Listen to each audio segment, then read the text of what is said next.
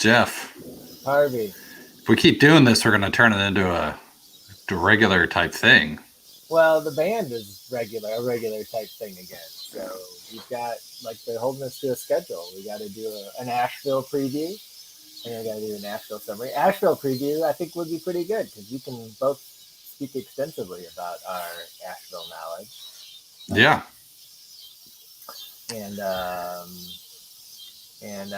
Then they've got other shows, and there's all kinds of things going on. I mean, we could even do an emergency Olympics hot take pod. We have some Olympic hot takes. There's the SEC is growing by leaps and bounds. Yep. But yeah, no, I don't know. We'll talk some panic. That's what people want to hear. Yeah, right. They want to hear our Simone Biles and our old school fans would just want to hear the college sports takes.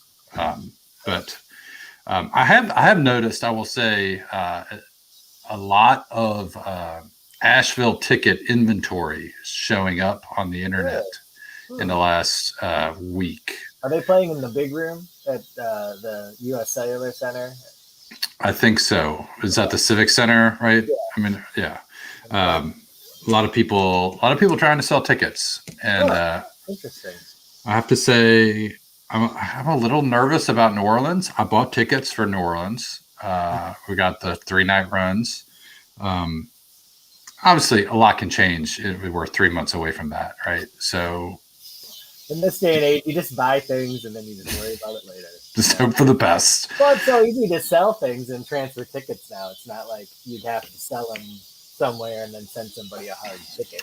Right. Or give them to somebody to sell. Although I think actually these are hard tickets. And I don't know if this was a method to try to limit the scalpers, but this the New Orleans shows were, I believe, hard tickets. I think that's what I got. I mean, I paid an extra $5 to have them mail them to me. Good old Ticketmaster. When you would do mail order for Halloween, did they do mail order for 97 too? I don't think 97. I think 97 was just Ticketmaster. So when you did Halloween mail order, did you ever do a fancy artwork or anything like that? Oh, no, because I was so nervous about following the rules. I didn't want to roll the dice. It was 3x5 index card. Make sure you get every line perfectly, address it. Don't want to take any chances. Yeah. So yeah. But it also sounds like the entire family of cicadas have moved into your backyard. Is that And that's actually. It's a quiet night. It's actually a quiet night. They're not as loud as Monday night. I worked late and I got home. It was about a little bit later than this. And, oh my God. It was, I think all of the cicadas in West Tennessee were by our house. So yeah. Sorry, everybody. It's just the best place to go where I can speak loudly and freely and not disturb any of the rest of the family. Right. Well, we appreciate it. I know all the folks out there appreciate it. And we appreciate you guys for joining us here. And we like to make it interactive. So if you have anything you want to share, we'll address it here as we go through it. I want to know where people think Iowa State's going to land in the reshaping of the college football landscape. That is the question, right? The Big Ten came out and said that Iowa State, and they said there were 2 schools from the Big 12 that they would accept. They were of the stature. It was Iowa State and who? Kansas, I would assume. Kansas, okay. I think they're both of that AAU. Right. Those. Yeah. And even then, that's still a bit of a stretch, and that doesn't mean that's just desperation. Yeah, reeks of desperation. So we also want to talk about the Wilmington shows. We have. I talked to a friend of the pod, Beau Gunn, last week. We thought we were going to do this sooner than we did, but alas, life. But it's got about half an hour with Beau. He kind of recapped the weekend, and I think by for all measures, it seems like it was it couldn't have gone any better. both logistically and musically and, experience wise. I know Jeff Hansen, who has a podcast, When the Needle Hits the Groove, did a recap, played some songs, and he was like, he threw down the gauntlet. He's like, this is on the regular rotation now, guaranteed. So we'll see. But meaning Wilmington's on the regular rotation now? Yeah. He said it's the new East Coast, mid East Coast stop now. Mid Atlantic. Yep. So we'll see. There's still a long ways to go with that. But I'll ask you, Jeff. Did you couch tour the Wilmington shows? I did. So the best part of the weekend was coming into the Sunday night show late. I saw that the show had been pushed back, was delayed because of weather, and that they were going to do a one-set show, and it was Sunday night and got busy doing stuff around here, and turned it on, and it was in the stop jam. So the Into You Got Yours, and I was like, oh man, that's you picked a good spot, man. So I was like, stop go, like this is pretty good. And then I think I don't know what I was doing, but it was one of those things where it was like, oh, you got. I need to stop. I need to focus here. Yeah, the rest of the night just became like, okay, this is clearly.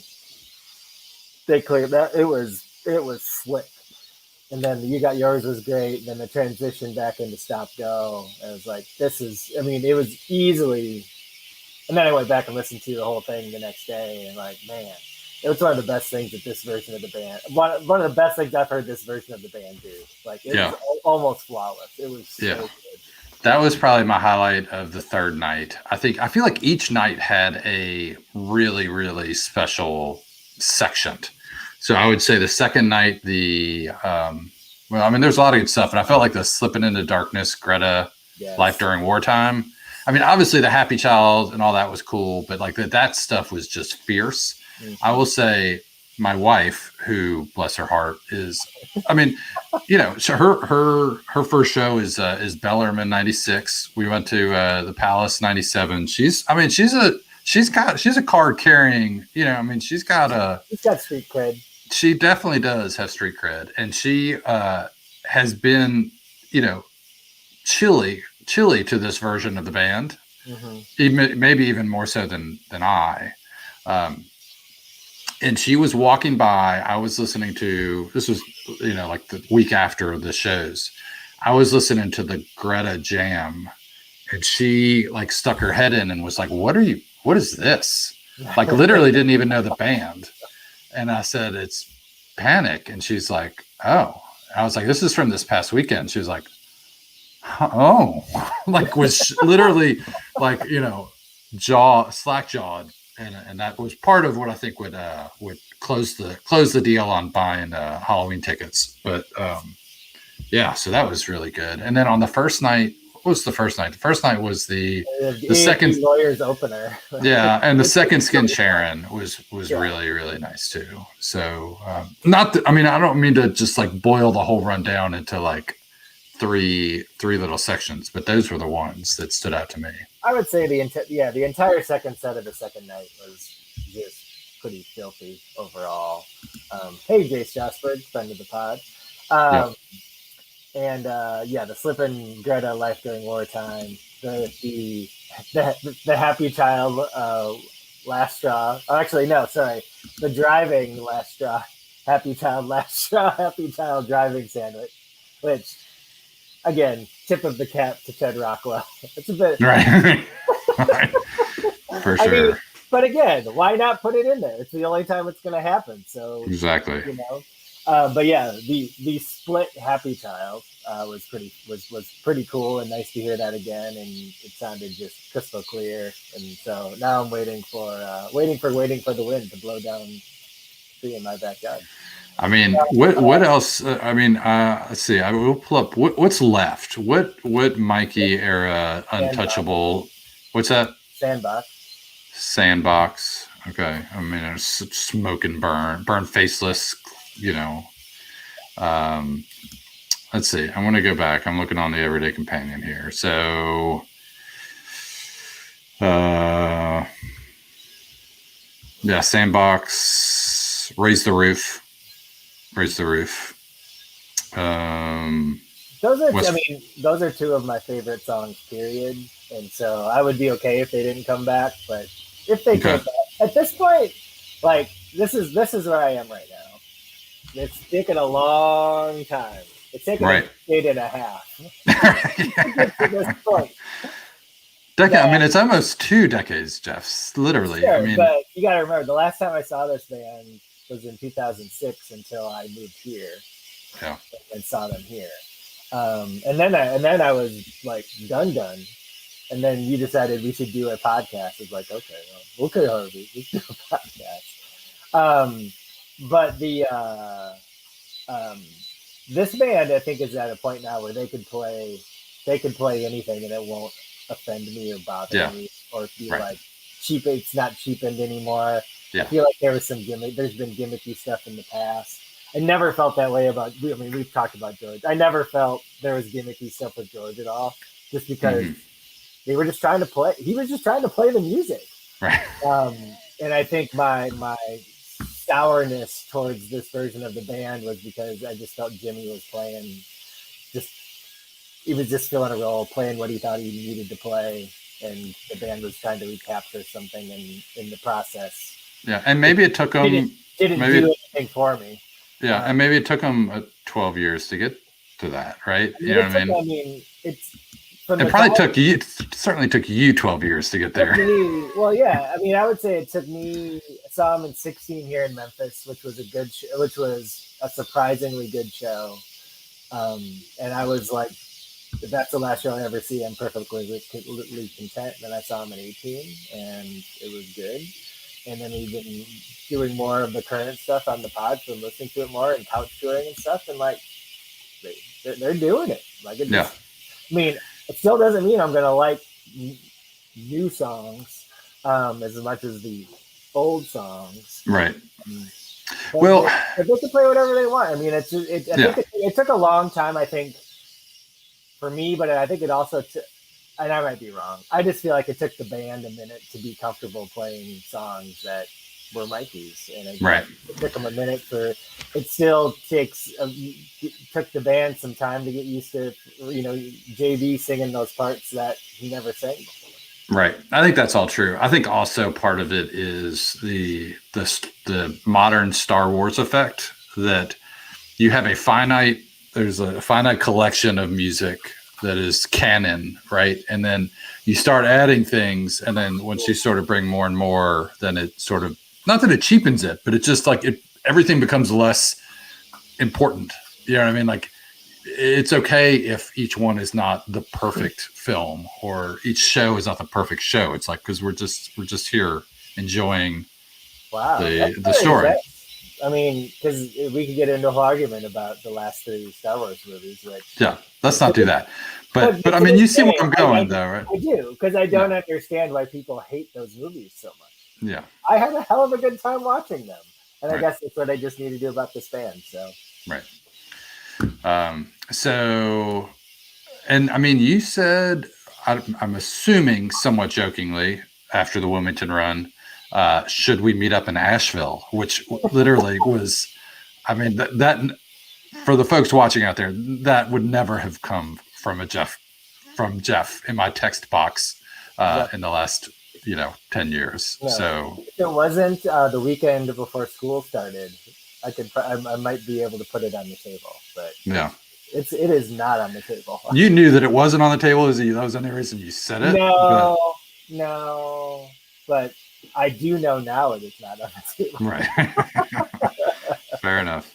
So, but you've got, your target is Memphis, right? I mean, that's a couple months away, assuming, things are normal-ish. And that's outdoors, so that's hopeful, right? Yeah. And so what else? Anything? I mean, we'll definitely, we can play the Beau Gunn bit. Is there other stuff do we want to get into before that? Do we want to? I'm just looking back through the set list. I thought the third night was hilarious just because it felt like one of those shows that was just never going to end. Like there was so many points where it was like, oh, okay, that's it. Right. Like the Low Spark, Ride Behind Low Spark. It's like, oh, okay, that's it. It's like, yeah. Okay. No. I thought for sure Low Spark, Ride Me High, Low Spark was without a doubt the set closer and maybe the show closer, like maybe no encore. Maybe just that is the end of the show. And I talked to Beau, I think a little bit about the logistics of like the curfew and that I think they got a special dispensation to go a little bit longer on Sunday night. But just the gumption to just throw down like that on a third, like for the third night in a run to like have to be, it's like a pitcher throwing a complete game in Game 7 of the World Series, pitching on short rest. It's Jack Morris in the 1991 World Series going a 10-inning shutout. Seriously though, it's like, you're they're sitting backstage waiting for the rain to pass, and then they're got to come out and just drop a full show without a set break. It's crazy. And really were no down notes throughout the show. The Tallboy Wrangler blackout kickoff was pretty great. I think you tweeted at one point, it was like, it's not necessarily the Tallboy opener, it's what follows the Tallboy opener, which is pretty true. Now I will say, here's my one criticism. Can I have a criticism, Jeff? No. Are we critical on the? That's not allowed. Okay, here's my one criticism, and I don't know where it lands. It's not. I don't mean it to sound like it's any one band member's fault, but I will say the Tallboy Jam, which was great in prior to 2002. That jam never didn't go into another song. It was absolutely going into another song, and that was like without a question. And this show, they did Tallboy Jam stop, and that's fine. I'll take that over just a straight Tallboy. You know what I mean? That's fine, but it's just not. It's not 6.596. You know what I mean? It's just. What is going on? This is what we're critiquing at this point and complaining about. This is amazing. No, I'm gonna start wearing a Panic shirt on the podcast. No, but it stuck out to me though, because I was like, oh, nice jam, and then it was like, oh, why are they stopping? What? But I guess they just, it's hard to go into Space Wrangler, and I feel like that was a Todd Hauser intro. Like whenever they did that kind of like Mikey would start playing the little thing, and then it takes a lot to slow down to get into Wrangler. But there's a ton of examples of what you just said. That's like they slow down and Mikey starts doing stuff with the volume pedal and and Todd gets the rest of the band to sort of catch up, and then they go into it. Yeah. So I guess my point is I miss that, and but who doesn't? And so it's cool that they're still, Anyway, that was my so I'm done. That's my critical statement for the night. You want to hear mine? No, mine is risking to be the encore is too long.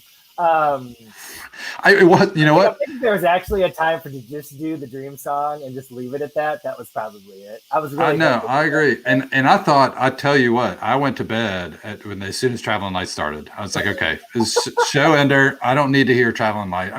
It's a great song. I'm happy to hear it, but I was like, I'm tired. It's late. I go to bed. I wake up the next morning, and I was like, Last Dance. So that was like walking out during Henry Parsons in the end of the first set of 10/28/2000 and missing the Lawyers Against Money. Missing the second encore the first night of Atlanta in '99. Yeah. I don't know anybody that did that.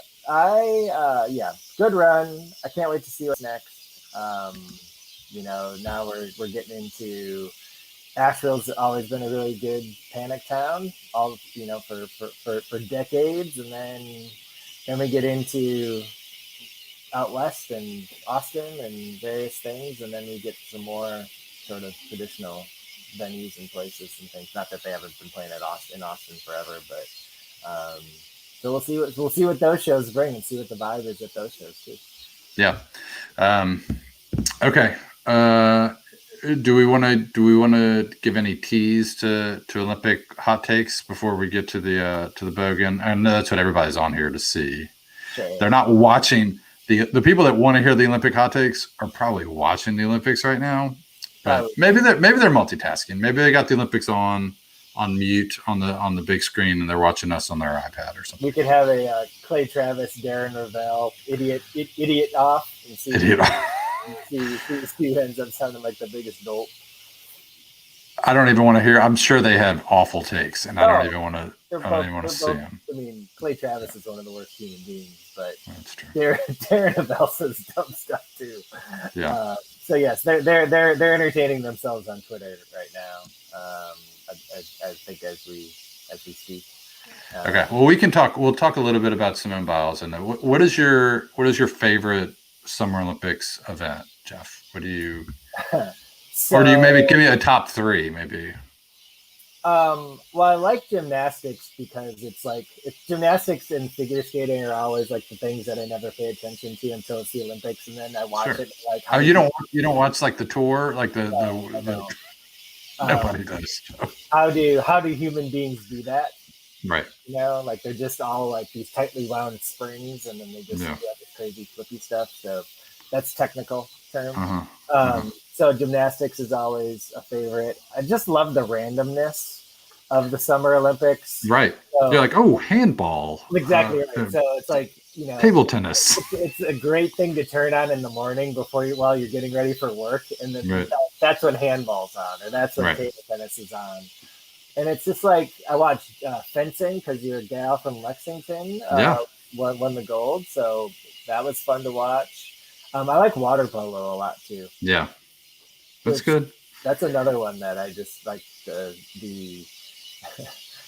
It's like running is hard, but treading water for hours. Yeah, I'm fighting with people while doing it. Fighting with people. Yeah. What do you think? Are you swimming or track and field? If you had to choose, swimming. Yeah, right. That's the thing. Swimming because swimming to me is like watching. It's track and field yes, I know there's sprints, but it's like the track and field events and stuff is like watching a really long NASCAR race, whereas but swimming is like watching drag racing. It's like short, intense. I mean, again, I know there's long races, but it's just like turn out, it's like 100-meter freestyle final. I got 50. Well, I think there's something.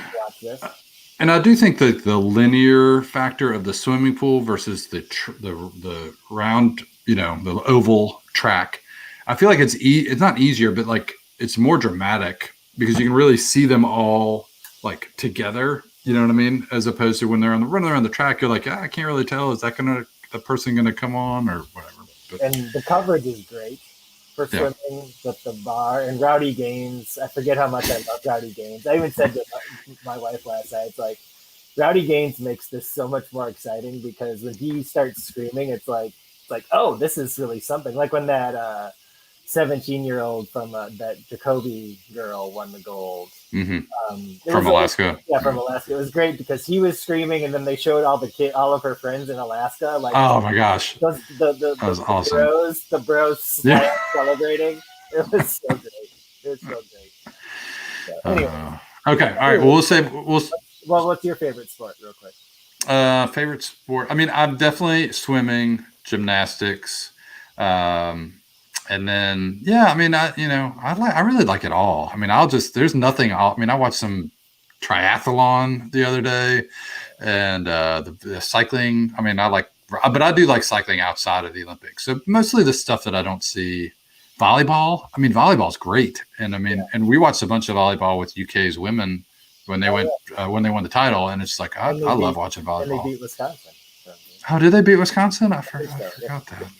Sources as close to the situation have indicated that that's what happened. Yeah. All right. Well, we appreciate everybody joining. We're going to just step aside for a few minutes, and we'll have my conversation with Beau Gunn from from the Penguin in Wilmington, and he's going to tell us about how the things went down. This was, I think, probably about I don't know. I think it was Tuesday. It was Tuesday. So 1 week ago tonight is when I recorded this. Right before I went to go see Leftover Salmon, Jeff. And sources say Leftover Salmon is on fire right now. They were really good. I mean, really good. So if you get a chance to see him, go for it. Jeff is laughing just like he is every time I tell him I see somebody other than Tedeschi Trucks Band. And that's pretty much it. That's the list. That's the number of approved artists for Jeff. All right. He's on mute, so you just trust that he's laughing, and he'll defend himself after this interview with Mr. Beau Gunn. I assume you were there for all shows, right? So you can. Yeah, I was there for all 3 shows, and I think leading into it on Thursday, I was like, man, I've got to start forcing some food down because the nerves are starting to build up. It felt like back in the day, I just kind of had that pre-panic anxiety where it's just lots of friends coming in town, a to-do list that felt like it was growing longer by the minute. The digital tickets, for whatever reason, I couldn't get them transferred to the right people at the right time. My app wasn't working, but all of it, of course, tends to work out and did work out. Yeah. All right. So let's, I don't know. I want to go through the shows, but maybe let's talk bigger picture for Wilmington on this, right? I mean, how do you feel like the thing, you've got a little bit of, we're now Wednesday night, so you've got 72 hours maybe ish. You feel happy with how it all went down? I feel incredibly happy with how it all went down. I think, obviously this venue was a big deal for Wilmington. It's like, okay, all these people are going to come to town. There's going to be these taxes. We kind of talked about it, just opportunity, not just taxes, but money flowing into the community instead of out of the community. But to see it in action, to have gotten feedback through social media, phone calls, emails from local business owners who have said, outright, this was the biggest weekend that we have ever had in the history of our company or our business. That was a pretty big deal. So I think things, there you go. You had disappeared for a while there. So, yeah, I'm here. Things are looking up. So and then, anybody I think that came into town had a blast. I mean, aside from Sunday when just the weather was prime for a large part of it. Mm-hmm. Big things to come, Harvey. Yeah, no, it sounds, I'm super excited for you guys. And so what's next? What's the next big show at the tell me what's it called now? Yeah. Have a name, right? Live Oak Bank Pavilion. Okay. Live Oak Bank is, they're great. They really are in the community, and it's pretty cool to have a sponsor like that with the name Live in it, even if it's related to a tree. So that works out well versus, some other venues we've heard called things over the years. It's like, that doesn't really fit, but whatever. Yeah. So Grizmas in July, the EDM artist Grizz is doing a 2-night run. And if I may say, I've been working with him. We did him at Greenfield Lake on a couple of occasions, and they've sold out there. I had a preconceived notion on electronic dance music in general. And it wasn't until I saw Grizz, who is a true, he's just a fantastic musician. He plays saxophone, but those are fun parties, and they are very much akin to a Widespread Panic show. If you go there, even if you go in there kind of not knowing any of the songs or what to expect, you probably will dance your ass off, and you will leave with a big smile on your face. So that's on July 30th and 31st. And again, so we kind of broke it in the right way with some sold out shows, and then we're following it up with 2 more sold out shows. Kind of, again, that real positive, dancey vibe, young, demo, probably ready to go out on the town before and after. So everybody had, I didn't hear any real complaints. I mean, besides the kind of things that you're always going to get at a concert, which, maybe the bathroom line is a little long, or, right. The beer is a little expensive, but it's like, what are you doing? You might be expecting. I haven't really heard anything either. I mean, I was scouring the social media and the local news sites. I mean, there was certainly, one of the biggest concerns, and there was a little rumor going around, was like, is there going to be this, just a lot of police presence there? And then that way, people make wrong decisions or in the wrong spot at the wrong time. And Right. the whole experience gets soured by a couple of headlines with the amount of arrests. I have not seen anything about that. If there was anything, I think everybody was on great behavior. I think the city understood, that this just a good crowd coming in. So that was all real on the positive front. The businesses benefited from it. So kind of looking at it from that economic standpoint, it was an overall success. And then from Friday night to Saturday night, so night 1 to night 2, some of the things you were, as just a patron, you'd be like, I probably wouldn't have put that beer cart near the bathroom. Well, people running the show noticed it too, because Saturday night it was gone. And lots of things like that. You saw a lot of improvements from Friday to Saturday.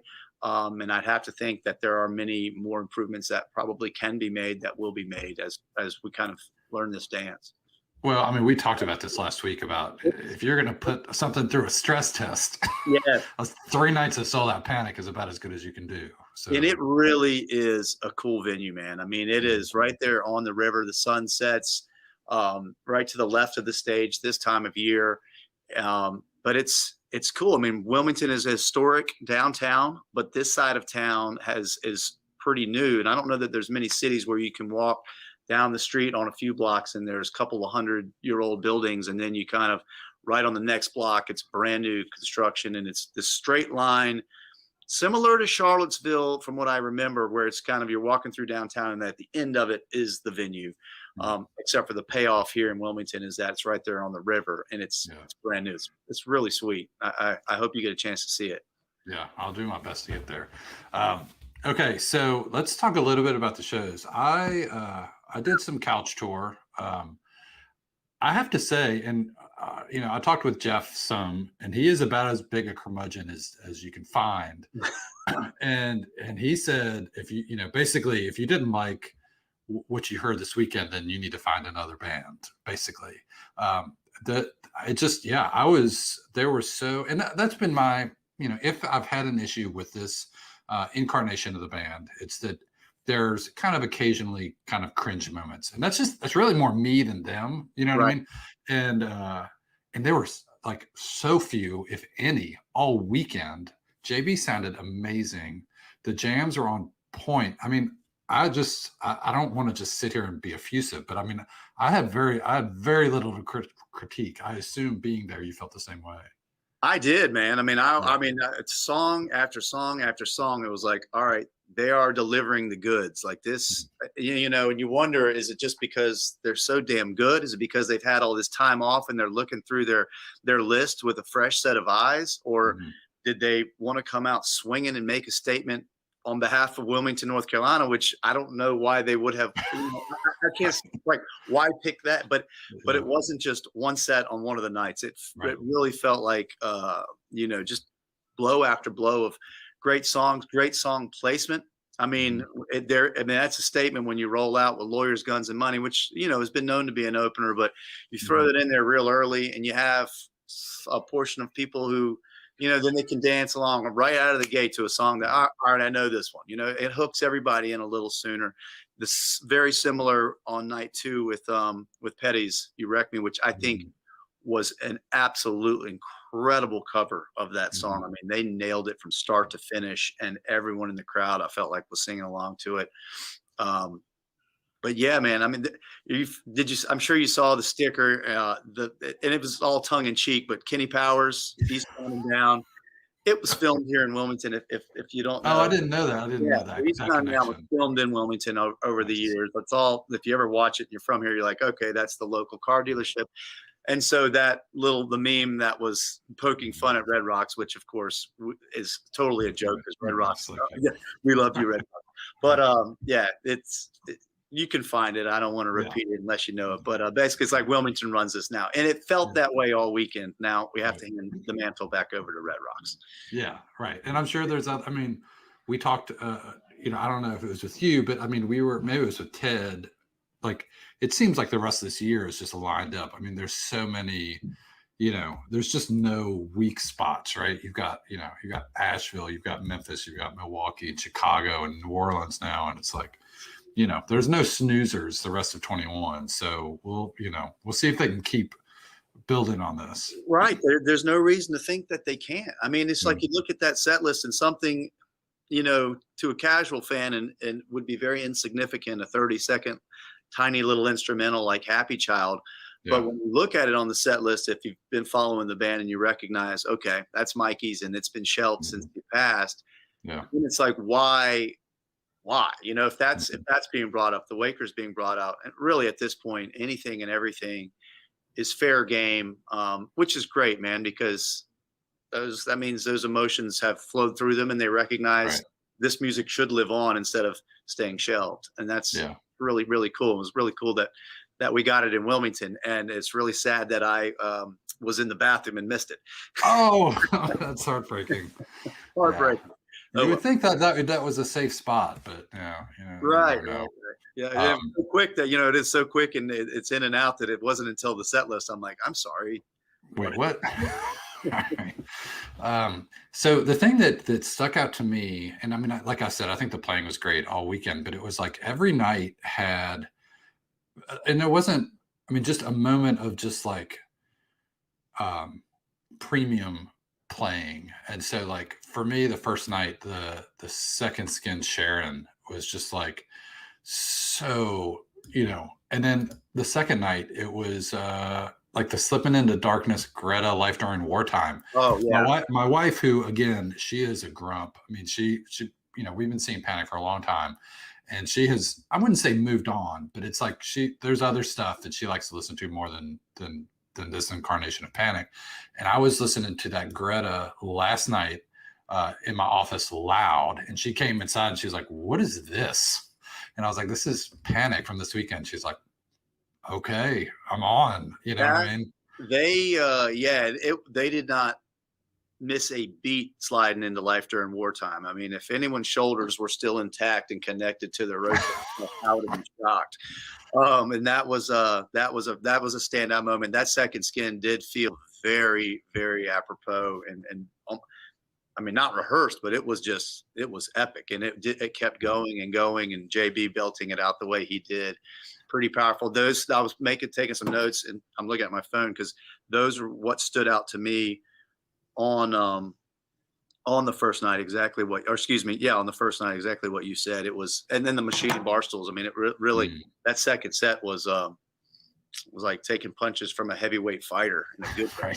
Right. Yeah. And, obviously I think, I always kind of think Schools is the MVP, but I mean, he was driving the bus, and also just how good JB sounds. I mean, I think the year and a half off, not that he wasn't, he always sounds great, but he sounds refreshed and more like early, 2000s era as opposed to the last couple of years. But, so talk a little bit about how Sunday was. I mean, you had that, I assume, you had your eye on that all weekend, that was going to be a possibility, or? I think it no, I did not. Or it sort of came out of nowhere. Until Sunday morning when the thunder was rumbling, and it was like, okay, I'm glad this is getting out of its system at like 11 a.m. and then 12. Mm-hmm. And then everyone becomes a meteorologist, right? And they're looking at their phone and they're like, well, it's looking like it's going this way. And it never did. And it sat in. And then, we were going to bring our kids 4 and 6 down to the show on Sunday and sit in the lawn for the first set, and then send them home with a babysitter. And so they were very excited about it, just the concert. And my daughter Maya is 6, and she got her name from fishing. And she very much feels like they wrote that song for her, but she was really excited. And so kind of to have that 2-hour delay, we sent them on. We did not stick around, but once the show was kind of officially announced, get doors at 8, shows at 9, it's like, oh boy, we're going to do this. Like, we're doing this, and it's going to go for a pretty good while. I didn't even really realize we were going to go till midnight. And Josh Stack, Josh, right? Yeah. I don't know if you saw his post today, but for anyone who didn't, he really called attention to the fact that just the sheer stamina of what that would have taken and just focus as a band to have put that much energy into a Friday and Saturday, and then expected to play all day at this specific time, only to kind of have to reset your emotions and nerves and sit around for an additional 3 hours and then come out and then play marathon style, right? Yeah, 3 hour, basically 3 hours, 2.5 hours straight, and then a quick break and a 3-song encore ending at midnight on the third night. That's it had not crossed my mind. Like, I was like, okay, I was out there dancing, but that's a different scenario. And that in and of itself solidified a whole nother level to this band that I just didn't even know existed. Yeah. Somehow. Yeah. I mean, so much respect and love for their fans, right? That they would, put forth that effort, they could have very easily done. They could have very easily done 2 1-hour sets, and everybody would been fine. We wouldn't complain about that. We've been like, that's great they did that, but no set break. Nope. Was that? What was that? Was there a curfew? What did they go on Sunday? Was that later than they should have gone, or planned to go? I guess certainly. Originally, the plan is 10, and I think that's the ideal goal for any weeknight would be a 10 o'clock end with the ability to go till 11. And then there were some phone calls made, and something, got pulled, some strings got pulled, and we were able to go till midnight, which is it's written down that in those moments that can happen. I was curious to know if the fireworks would be struck on the Sunday night. And again, you think like, well, that's understandable. Right. And they shot off the fireworks, and that was super cool for the people who didn't get to see them on Friday and Saturday night. Maybe some of the neighbors, not so cool. I don't know, but they were cool, and they lasted a minute and a half. So all good there, but pretty damn impressive run. No, that's great that they were able to pull that off again. Yeah. Like we don't think about all the logistics that have to happen, to be able to get that in place and make sure that everybody's, because you don't want to get in a situation. I was at a show at Riverbend in Cincinnati, which is one of the all-time worst venues. If you've been, it's just the worst. But it's our local shed. So it's like, it's where we see shows. And in 98, they played there, and the venue turned the lights on at the end of the second set. And the band came out and played an encore with the lights on, the house lights on. They played Heaven. And like the security people are just going nuts, like, which is great, but it's better when it doesn't have to be that way, when they can just do it. Everybody's on board. Talk about a fast way to probably make sure the band and all that, economic boost doesn't come back through. Yeah. Put the lights on real quick. Right. Yeah. So that was great. So, I mean, what's, you've got the rest of the summer planned out, right? And I would assume that we're hoping that this is a semi-regular stop on the band summer, or at least on their radar, right? I think, I mean, gosh, it would have to be, right? It felt good, right? I mean, it felt like it felt like, all right, you're at the beach. You've got, this could be, I mean, Jeff kind of hypothesized about it. Jeff Hansen on the last time we talked about, this could be the southeast stop. Florida's a little bit farther south, and it makes sense. The energy was there. I think they feel the love. Sold out quickly. It's a beautiful venue. There are, maybe there's some logistics I'm not aware of, but I would think all of those things tying in, and again, the connections of some of the people in Wilmington, I would think that it happens. I would put my money on it, but I don't know. Yeah. Well, we're excited. We hope that it works. Jeff, have you talked to Jeff? Because I know initially he was posting on Facebook that he was going to be like a van driver, and then I saw that he was like, okay, man. And then I saw that he was at the show, or he made at least 1 or 2 of the shows. Have you talked to him? I have not spoken to him. It's been a blur. I don't think I've spoken to him. I've texted back and forth with him, and we were all of the same sentiment that just. Yeah. Holy smokes, what went down there. So we had a lot of friends in town, and I cannot, not one time have I spoke to someone that didn't just fully recognize that those set lists were dynamite. I've got, just through the radio station, I've got casual listeners that are familiar with Panic, and they know that Beau loves Panic, and my morning show host loves Panic, and the Penguin radio station is all about Panic. And they went, and then I'm just seeing them post on their, that was the best concert I've ever been to. Holy shit. Now I know, now I get it. Like, if it's like that every time I'm there, I mean, it pulled a lot of people in, and those folks probably aren't traveling to the Fox Theater or Red Rocks, but they now know what's up, and that just kind of confirms that those guys, they still got it. Right. Yeah, for sure. So do you have any more plans for this? Or you have any shows targeted for the rest of the summer or the fall? Just New Year's for me. Probably that's kind of my wife and I's traditions. We'll go the 30th and 31st of Fox Theater. We have been the last several years, and that's what we're planning on doing. And I'm looking very much forward to it, especially just to close out this year. Other than that, my plate is just fully booked with Greenfield Lake Amphitheater concerts that we've got rolling through, and then just a few at Riverfront Park. I'm looking forward to seeing. Anything that you want to promote? Any shows that you want to make people aware of that might be worth coming to, or that people need to be buying tickets for if they haven't already? There's one, and it's too late. It's too late at this point, but I am looking forward to this, and I think it's going to be dynamite. Unfortunately, we've sold about half the venue, which is about 700 tickets, and that's the Turquoise show with Adrian Belew and Jerry Harrison from the Talking Heads. They're doing Remain in Light, and they've been playing mainly festivals, and I think we're one of only 2 shows on that entire collaboration that's not a festival. That's happening tomorrow night, and it's going to be dynamite. But if you're just kind of listening to this and thinking, gosh, I want to get down, and I'm talking about Greenfield Lake Amphitheater right now, which is that little guy. I can't get my camera right. Oh, well, making you sick. But anyway, I see the trees and some lights. It looks good. Yeah, sorry. So at any rate, Thievery Corporation's one we just announced, and that they really do burn it down there. That's going to be fun. A fun one for sure. I don't know if you've ever seen them, but no, I've heard of them. Yeah. And I saw is Big Something playing.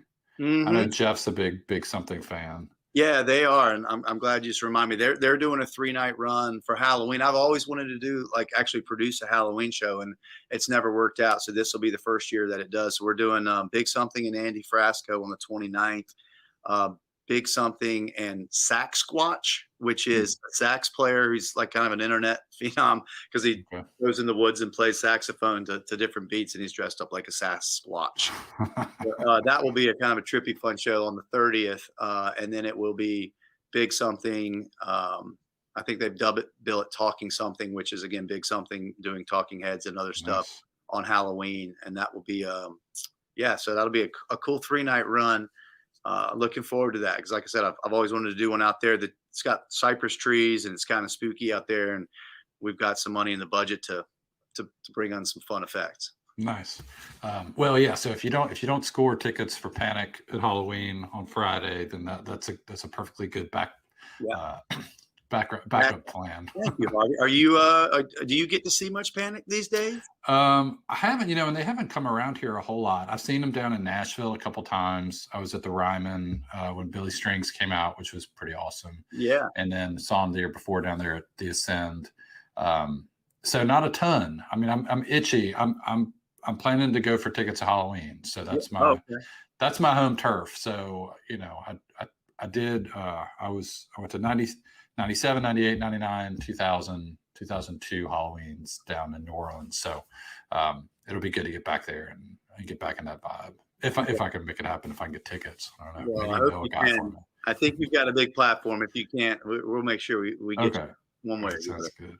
All right, man. Well, I really appreciate the time. It's been great getting to talk to you and get to know you, and hope that you're not a stranger. Get you back on the show sometime, and best of luck with everything in Wilmington. It sounds like things are cooking in the right direction. Yeah, thank you, Harvey. This has been a pleasure. I listen to you guys, you and Jeff, all the time when I have an opportunity to. So I appreciate this, and sharing some time with me. Thank you.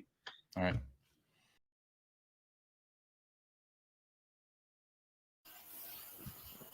We're back. Jeff, everything good inside? Everybody good? Oh, I mean, I'm just watching this disaster of an Olympics for the U.S. swimming team. Oh, really? Oh. Yeah, it hasn't been good. Ledecky, 2.5 in the 200. 200. Well, 200 is not really her thing. She's a longer. I think it's a stretch. The 200 is a stretch for her. She qualified like third, I think, in that. So I don't think anybody was surprised by that. But I think in general, the the swimming has underperformed a little bit. Yes. So yes, so Tyler, you are correct. That was a great interview, and it was most because of the subject, not because of the interviewer. But Beau is great, and it was so awesome to hear, from his point of view how things went. I mean, I couldn't imagine. Could you imagine like putting all of your everything into something and then having it come to a culmination like that? Of like, I don't know. I mean, I would just be in a corner, like. You know what I mean? But he rolled with it, which I guess is how, that's maybe why he's doing that and I'm doing this. But no, it was great. And so we're super excited. I mean, I really hope that the Panic starts doing that on the regular, that they start. I think Trey Anastasio band's playing down there at that venue this year. Mm-hmm. I know that you're bummed that you missed the Turquoise show, and I know you're a big something fan for the Halloween. Huge, yeah. Do you even know who they are? Have you ever even heard of them before? Turquoise I've heard of. Okay. Big something, no? Yeah, I mean, I run a big something tape tree, actually. Jeff. They don't do those anymore, Jeff. There's Nugs, there's Relisten, there are applications on your phone. Harvey, hipsters are into cassettes again. And so, it's come full circle. You do postage is going to become hip once again. Padded envelopes. I mean, you're going to install a cassette adapter and a D8 in the Pilot, so you can listen to the DATs on the road. Oh, for sure. Yeah, definitely. That's a good call. I mean, I've been scouring high and low for knock dragons. Which they are around, but God. Blessed, those things are expensive. Yeah, they are. I mean, that's for those of you that are not total tape nerds. Those are Nakamichi dragons. They are cassette decks that are very valuable. Ultimate cassette deck. Yeah. I mean, even now they're close to $1,000, I think. Yeah, that's crazy. So yes, Olympic swimming was a disappointment, or has been a disappointment. Gymnastics, obviously, total failure. I mean, I don't even know why they even show up the other day, or why they show up in 2 days for individual finals. Jeff, seriously, here you go. No, it'll be good. It'll all work out. So here's I'm not gonna do like super. I mean, here's my hot take on Simone Biles. Whatever she wants to do, she can do. I mean, I have zero. Yep. I don't. That is her prerogative. But I will say this: one, if you are not 100% committed to what you're doing when you're throwing your body around equipment like that, then by all means, if you don't think that you have it, then certainly for your own physical safety, step down. And not only that, I mean, I saw some stuff. I think it was Dan Wetzel tweeted about how her score was so poor that it was actually dragging the team down, and that her stepping out allowed them to do as well as they did, and that she stayed there and cheered them on. I mean, I feel like Simone Biles should be held up as a hero in this situation, not as some sort of failure. You and your leftist hot takes. No, I agree. She can do whatever she wants, and I agree.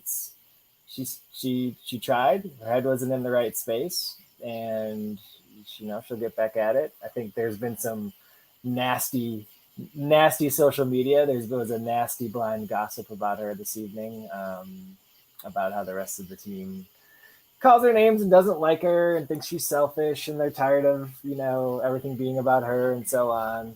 I mean, I also, part of it is when you get the goat in sequins on your work clothes, you better come ready to work. And so it was it's too bad it has to come like this, because it's going to overshadow. It's going to be part of her legacy now too, for something. Yeah. Well, it'll be interesting to see. I mean, I guess she still has the opportunity to come back, right? She can still win 5 golds. Right.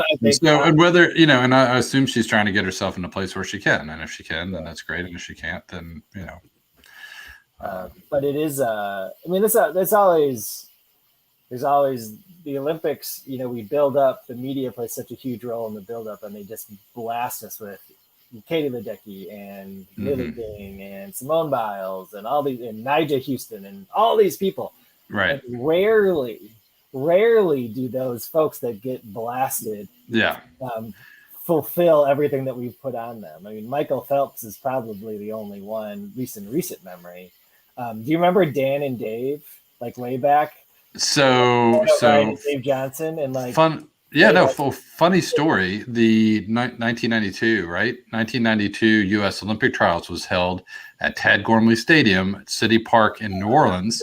My father and I were at that. It was 175 degrees in the middle of the summer in 1992 in New Orleans. And we saw Dave, that was the only reason I went, because it was such a big deal with Reebok and I guess it was Reebok, right? And and Dan just totally choked. But that's what happens when you put all your, really they should allow it to be a organic thing, right? Whoever wins becomes the, the hero, not, preordained or whatever. But. It's just crazy to me these, and this is where I'm always amazed and have so much respect for Olympians. It doesn't matter the sport, especially in those random ones. It's not like the American, like again, the woman from Lexington that won the fencing medal. It's the fencing gold. It's not like she's in China where she gets paid to be a fencer by the government and lives in a government housing and gets fed and everything while she's training for the Olympics. Like she's got to work. She's got to have a real job and has to do this training on the side and pay her own way probably for a lot of this stuff. And then to do it for 4 years and then be like, oh, sorry, we got to wait another year. And then to wait another year. Like, just the physical toll, the mental toll, and the ability to just stay laser focused on something like that's just amazing. So that to me is like, when somebody puts all that in and then they fault, they fall, like they get up there to, run a race and they leave too soon and they get kicked out or whatever it might be. It's just crushing. So right. Okay, so Chris Foster asked if I got New Orleans tickets, and I did. You may have missed that part of the show. We'll be there. So maybe we'll see you, or you'll see me or whatever. We're hoping that it'll happen. So they had it split out, Jeff. I'll ask you this: that you could either get floors, not seats, but floor tickets, or they call them balcony tickets, which is really just seats right in the arena.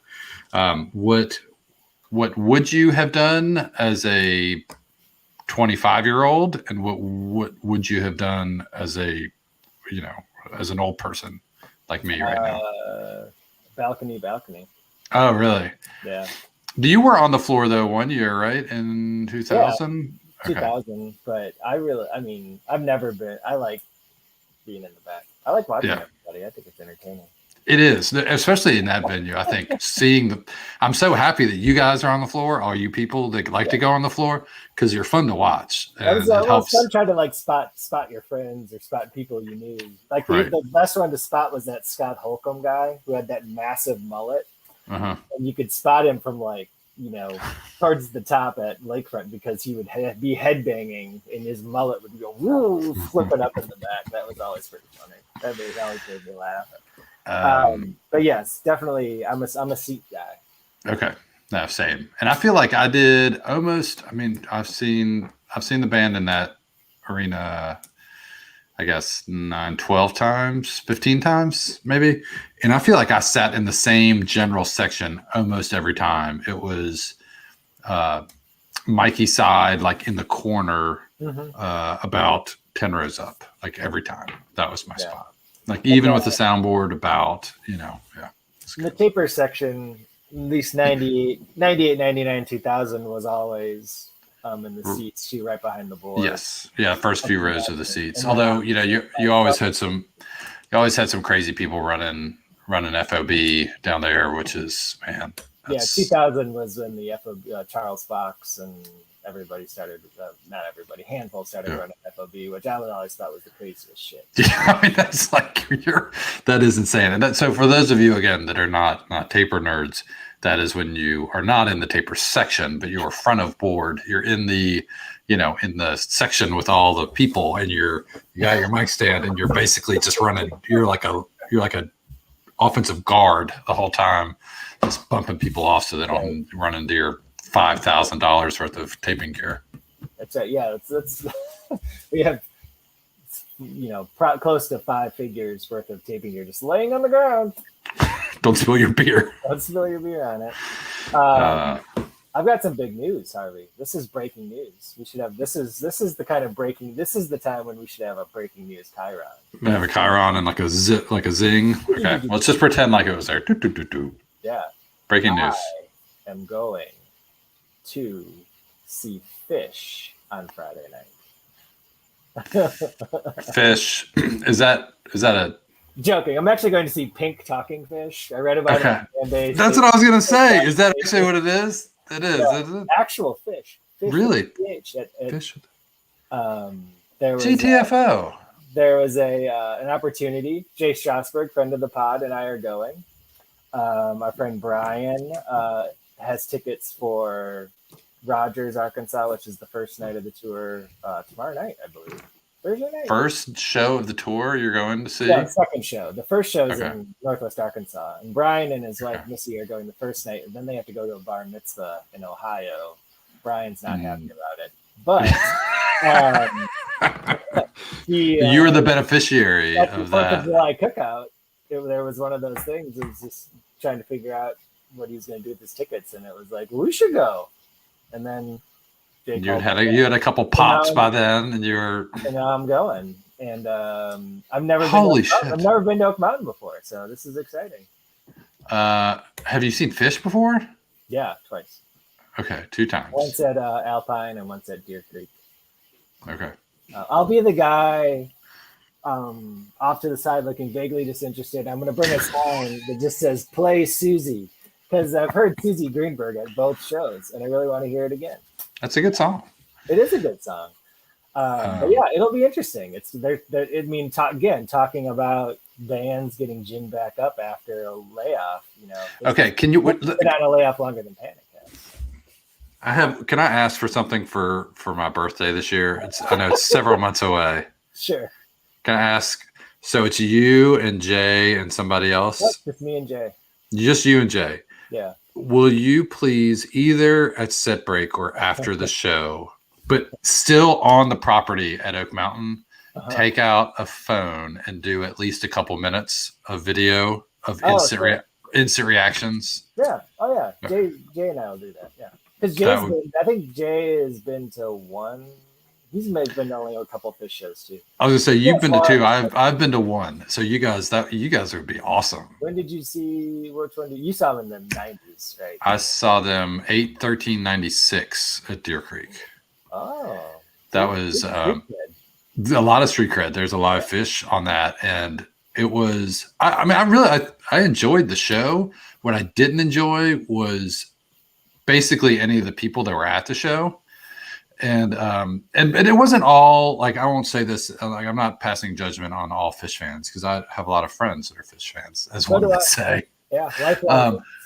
But I think what it was the summer of 1996, and so this was the first summer post Jerry, and it was the worst. I mean, if you think about how terrible the summer of 95 was for the Dead, this was like the worst parts of those people were on Fish tour that year, and it just sucked. It was like I felt gross afterwards. So I enjoyed the music. I still listen to that show sometimes, and I would without much hesitation go see Fish if they were anywhere close and I could get tickets and could get seats. They're doing 2 nights of Descend again this year, which I think have become pretty.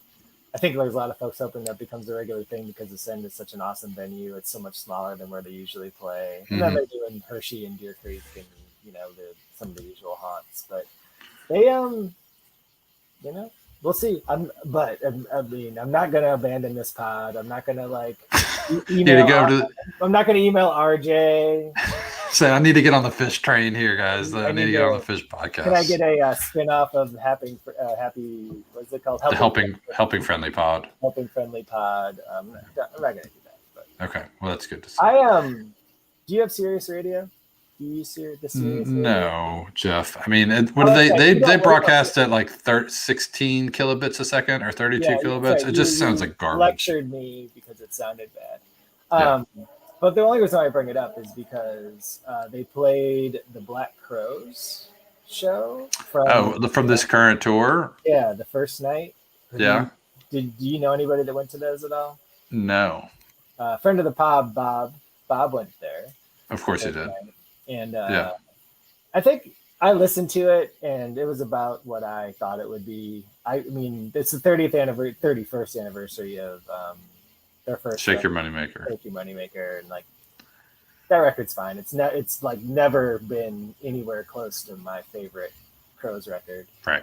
They played the whole record, and it sounded good, and I could tell they were having fun playing those songs, and then they did sort of a greatest hits thing. So we'll see. I mean, it's still Chris and Rich Robinson, and Chris can still sing. Rich can still look disinterested playing guitar. I mean, it'll still be a thing. But I will say though that the Bob had said in some of the photos, I mean, they're playing sheds, and I would be a little concerned about attendance for the rest of the season. I've seen some paid ads for it, so they clearly are trying to drum up some business. $20 tickets and right. So I'm sure it'll be fun.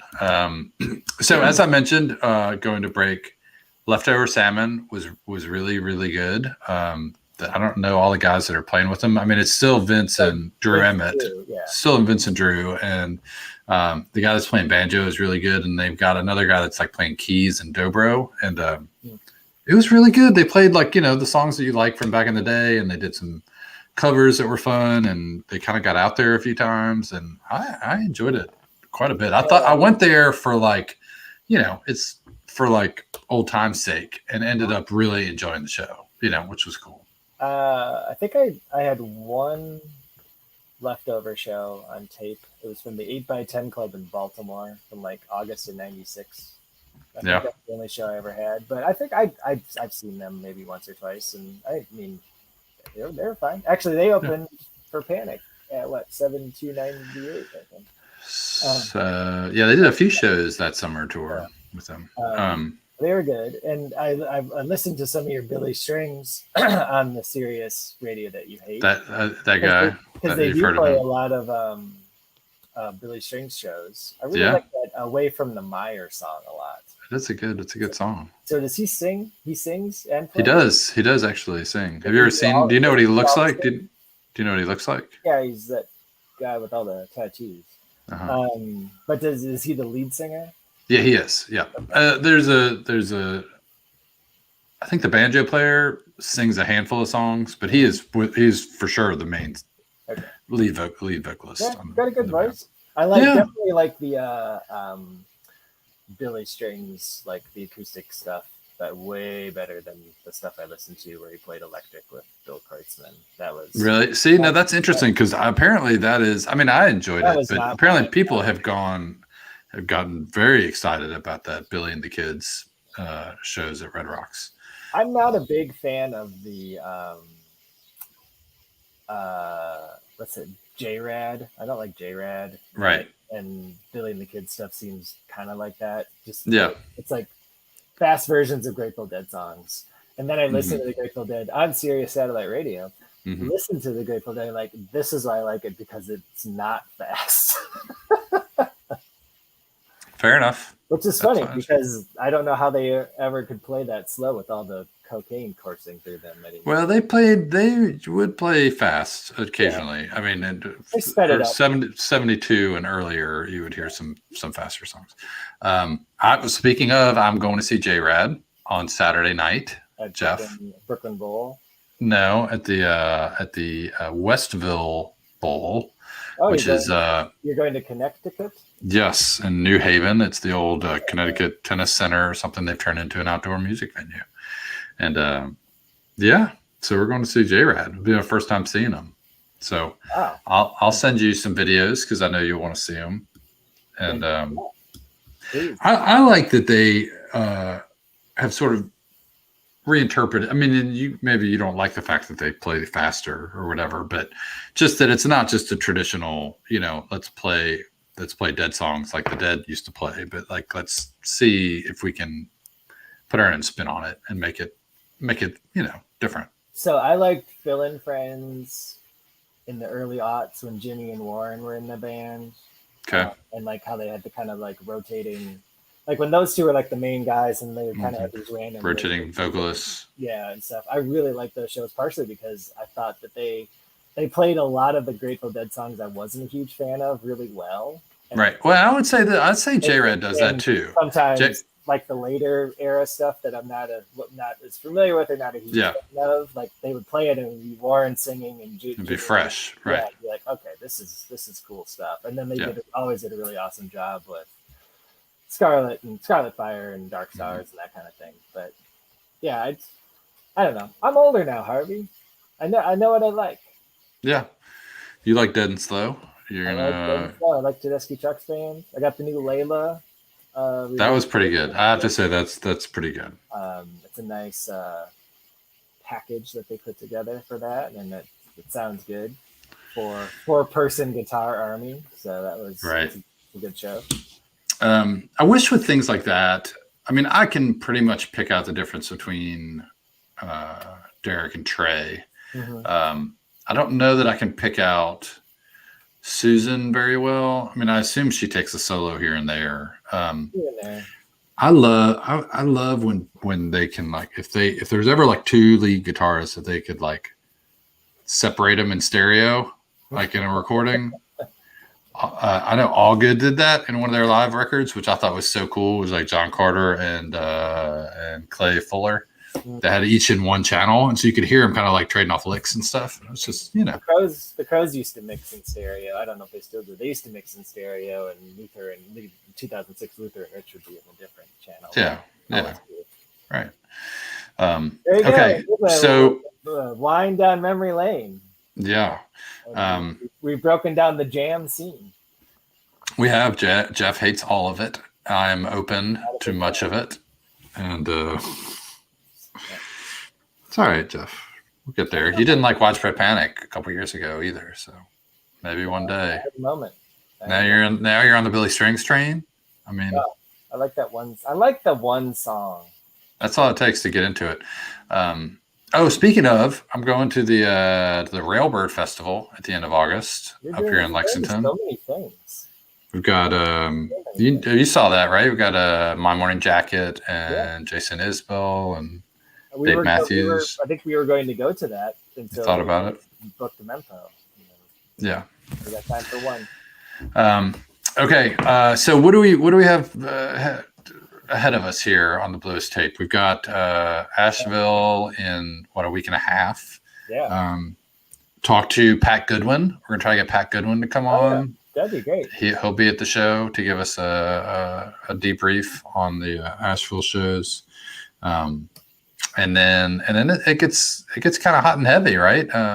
They'll be out in Austin and then out to 3 out of 4 weekends. You got Asheville, then Austin the weekend after that, and Napa. So we'll be seeing a lot of each other if we can keep to it.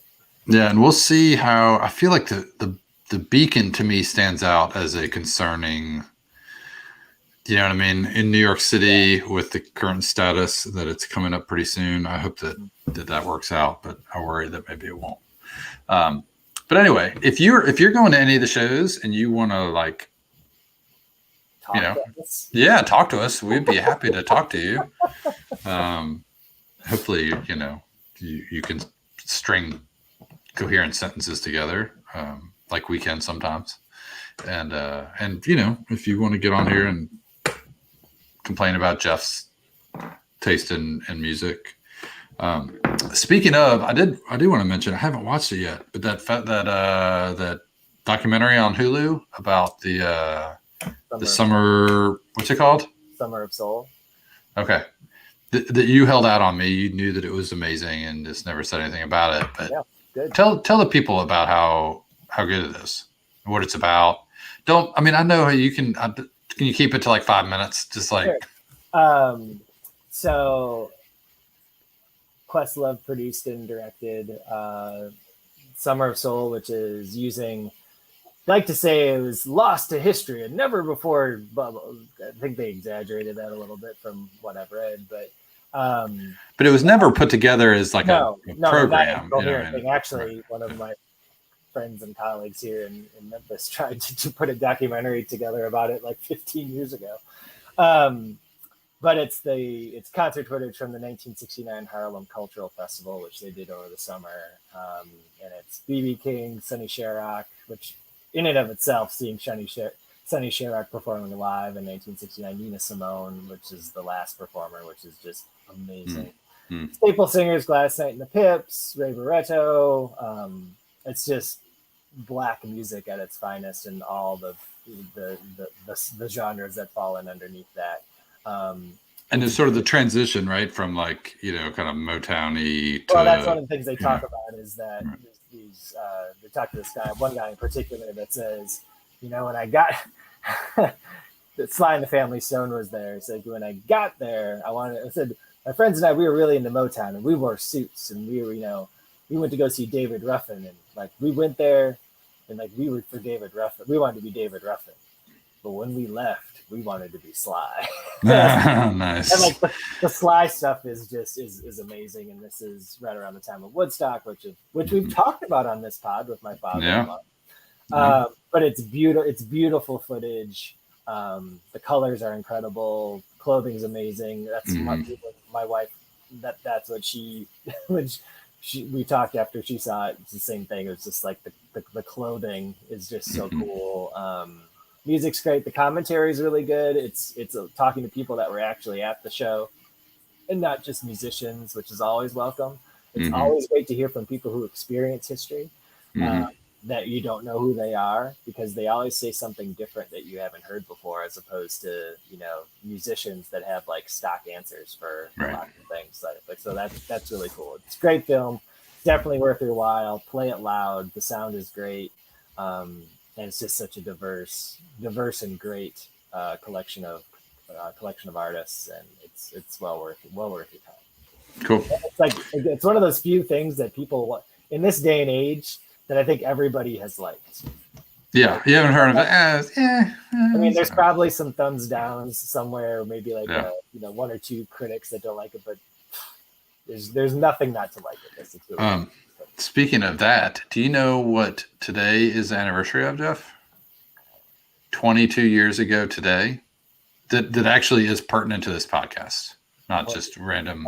Is this another joyous occasion? No, it's 22 years ago today. 22 years ago today. Oh, did Till the Medicine Takes comes out? Till the Medicine Takes came out today, July 27th. The reason I said another joyous occasion because it's 7/27, 7/28/99, which that was the tour of which it was, culled. But so I was getting there. I was gonna say, but then I got it. So 21 years ago, I remember 22 years ago. 22 years ago. I went to B-side on State Street in Madison, Wisconsin after work, and I bought it. I bought a physical copy of the CD. Still have it, and I have it on the vinyls. Same, the vinyl's really nice. Yeah. So riddle me this, because I saw that today on the Facebook that the band said hey happy birthday Till the Medicine Takes, and then I started thinking about it because I'll bring it up on the show, and then I was like, but wait, was it today, or because I saw the Cleveland show, which was 7/23. And I vividly remember listening to it driving around Cleveland prior to or right after the show, because I remember my buddy Dan wanting to hear the breakdown between whatever was leading into Dying Man, like the DJ Logic segment and we listened to that like over and over again. So how would I guess I was just that cool that I had it 4 days early, or was there a situation where it wasn't a leak, because it was the release. we've talked about this before. Some like record stores would have it a week ahead of time, and if you knew the right guy. You had an actual copy, or did you have? Yeah, no, it was a legit. No, I think it was the actual. I don't know. I mean, but it wasn't like a demo. You know, I mean, it was the final release. I don't know. So I don't think that was out, was it? Maybe it was. 23rd would have been. Well, no, because the 23rd would have been a Friday, because the 6th was a Friday. Right, and the 27th, when it came out, was a Tuesday, which is when albums came out on Tuesday. So this is the Friday before. But I kind of wonder if maybe my guy at CD Central, he would sometimes slip me. CD Central. He would sometimes slip me an early release, like if they got it in the week before, and I asked really nicely, he would let me have it early. I can't remember, but I was just wondering if you remembered, like if there was a leak or something early on that album. But it threw me off when I started thinking about the timing. But anyway, great record, right? Great record. Yeah. Do you have a favorite track on the record? Surprise Valley. Surprise Valley. I still think that they missed the opportunity again with not using the right song as their first single. What was the first single? Not the one I wanted them to do. What was it? Do you know? You don't know? So like the Blue Indian or the Waker or something? No, it should have been Climb to Safety, I felt. But yeah, that version of Climb to Safety is great. It was no, it was was it? Do I have the track list here? It's on the back. Yeah. I get my glasses out here. It was part of Your Mama's House, Dying Man. That was the 6-7, and that part of the Mama's House was pretty awesome. Yeah, it's a good record. You got the Christmas Katie with the Dirty Dozen. You got the All Time Low with Dottie Peoples on that, right? Didn't she? The gospel choir. Great record. Good stuff. Yeah. Even, I mean, dare I say, best version of Nobody's Loss. Low bar, super low bar. But maybe the best. I mean, it was cool, right? JoJo solo on the acoustic. Best because it's easiest to skip. Ouch, Jeff. Okay, well, good to see we. Did we maintain any listeners for the last? There's still a handful of folks on here, so we appreciate that. Well, thanks, guys. This has been fun. Yeah. So we'll see. I'm on vacay next week, and so we'll get back together after the Asheville shows in a couple of weeks. A detailed fish review. Oh yeah. So when is Fish is Friday? Friday night. Yeah. Man, I'm so excited. Okay, so seriously though, I need video. I need instant reaction. And maybe even both. Maybe set break of where you're like, first set was there, and then. I think what I'm bummed about the most is I got rid of all my cargo shorts because I literally wanted to dress like I did in 1998. I still have my hat. I still have my shirt. I still have the shoes. Did you do a hemp necklace? Were you a hemp necklace? No, okay. Never. I could still shave my beard into a crummy goatee if I needed to. Oh man. Maybe interview some fish guys there and be like, hey, we're here from a Widespread Panic podcast doing research. I'm here from the Bluest Tape. How is this show? Is it good? We are not sure. Like, how is the set list, construction, any shitty covers that we should be embarrassed by, anything like that? That's what I hope for. I hope you guys. I hope you get a tongue-in-cheek cover. That's what I hope. Yes, I'm sure we will. All right. Well, thanks everybody. Thanks for joining us, and we'll be back at it in a couple weeks. Have a great rest of your summer. Holy shit, it's almost over. It is. Yeah. Bye.